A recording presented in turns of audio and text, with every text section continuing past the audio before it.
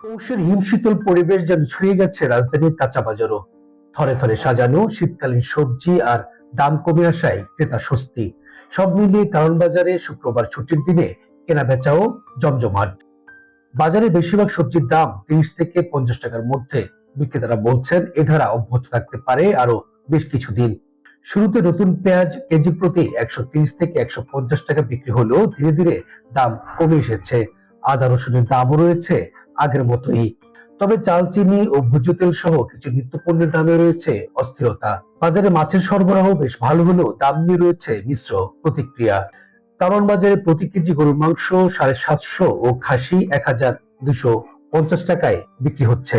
তবে এলাকা ভিত্তিক নিত্য প্রয়োজনীয় জিনিসপত্রের দামে একটু ভিন্নতা রয়েছে। ক্রেতারা বলছেন দূরত্ব ভেদে দামের এমন নয় ছয়ের পেছনে রয়েছে সঠিক মনিটরিং এর অভাব।